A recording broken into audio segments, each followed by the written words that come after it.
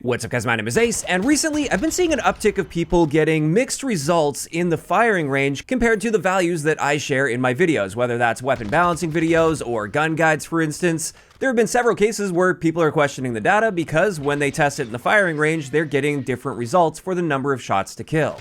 And while I am human and mistakes happen, and I do appreciate when you guys respectfully correct me if something is wrong, in these specific cases, it turns out I wasn't wrong, and it looks like they once again broke the firing range dummies. And I believe this just recently happened with the Season 3 Reloaded updates, although perhaps it has been broken for longer, and it's just that people are starting to notice this now.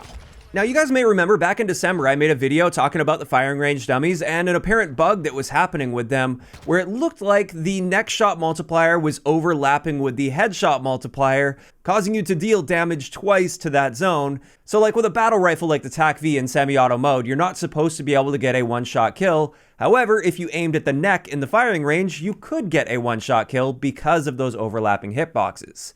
And with that, it turns out they ended up fixing that at some point, so that's no longer the case, and that's great to see. However, these new issues with the firing range dummies are completely unrelated to that particular bug, so let's go over those today. And the first thing I wanted to point out is with the FTAC Siege.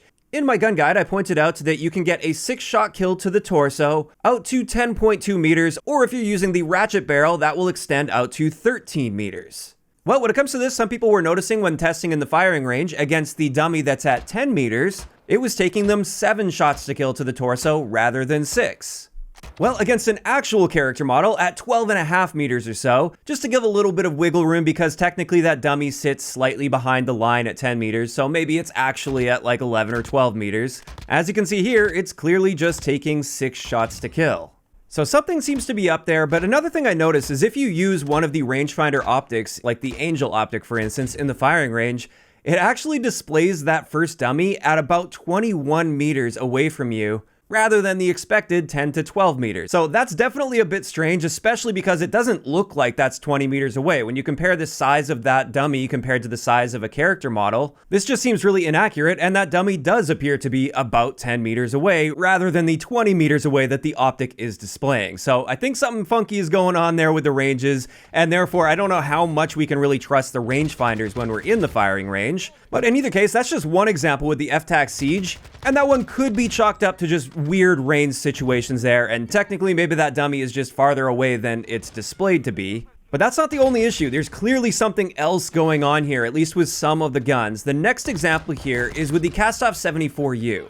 With this gun, the stats as well as shooting an actual character model indicates that you need at least 1 upper torso shot mixed in with lower torso shots to get a 3-shot kill. And with this, just to be extra safe with the range thing, I tested this beyond that 21 meter range that we're seeing displayed in the firing range, just to make sure it's nothing to do with the range values being messed up here. And as we can see, in the firing range, we can actually get a 3-shot kill to the groin area, and that shouldn't be possible. You need to hit an upper torso shot. So again, that's another situation where you just can't trust these firing range dummies to be accurate. Then going off of that, with the Lachmann 5.56, I was noticing in the firing range, we could get a 3-shot kill with 1 groin shot combined with an upper torso shot combined with a headshot. And according to the stats, that shouldn't be possible. You should have to hit 2 upper torso shots combined with a headshot to get a 3-shot kill. And again, we can clearly see that when we test against an actual character model, that is the case. So there's another example where I just think the difference between upper torso and lower torso multipliers, they're not being calculated properly in the firing range, so you can't be trusting those at all. And then finally, we have a very interesting one here that was posted on Reddit, and somebody tagged me in this, and I did the testing on it. This is a really strange one with the ISO Hemlock.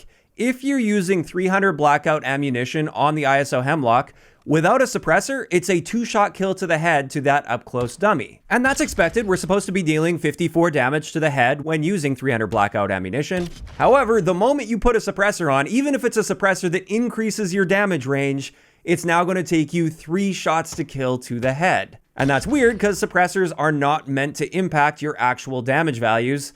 And when I test this against actual character models, it doesn't matter if we have that suppressor on or not, we are dealing 54 damage to the head, and therefore it's going to be a 2-shot kill to the head. And just to confirm, since this one's a little easier to do in a real game, I did want to actually jump into a public match, because you might be thinking, well, maybe just custom games are broken or something, and in real matches it's going to take you 3 shots to kill to the head. And as we can see here, it's clearly still a 2-shot kill when using this exact same setup in a public match environment. So something is very obviously wrong with the firing range dummies at this point.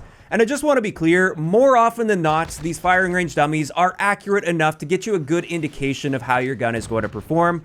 Most of the time, it is going to take the same number of shots to kill a dummy as it is going to take to kill a real character. I just wanted to point out, though, that this isn't necessarily perfectly accurate. And therefore, if you are trying to look at exact number of shots to kill with different combinations of body multipliers, these dummies can't be trusted nearly as much as the actual data on the gun.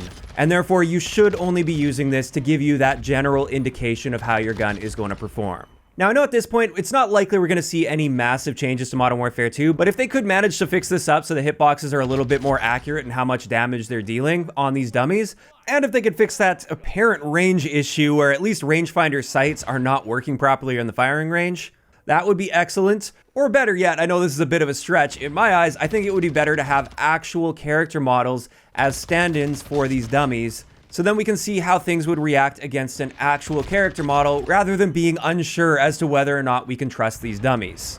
And since I know devs like advertising new skins and stuff, why not take one of those skins that you want to advertise and pick that as your featured firing range dummy for the week or for whatever period of time you want to use?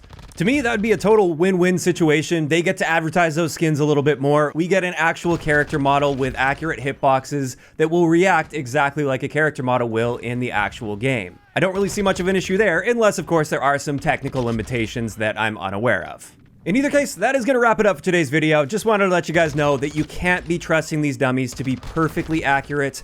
And if there ever is a discrepancy between the data and the dummy, it's best to lean more in the direction of the data. Now, of course, I am curious to hear from you guys in those comments down below. What do you think about the idea of potentially having real character models rather than these dummies that are clearly having issues and not behaving exactly the same as a real character? Is this something you'd like to see, or would you just rather them fix up the hitboxes on these dummies and keep the dummies as is? If you enjoyed the video, a like rating is always appreciated, and don't forget to subscribe for more if you haven't already. I'll talk to you guys next time.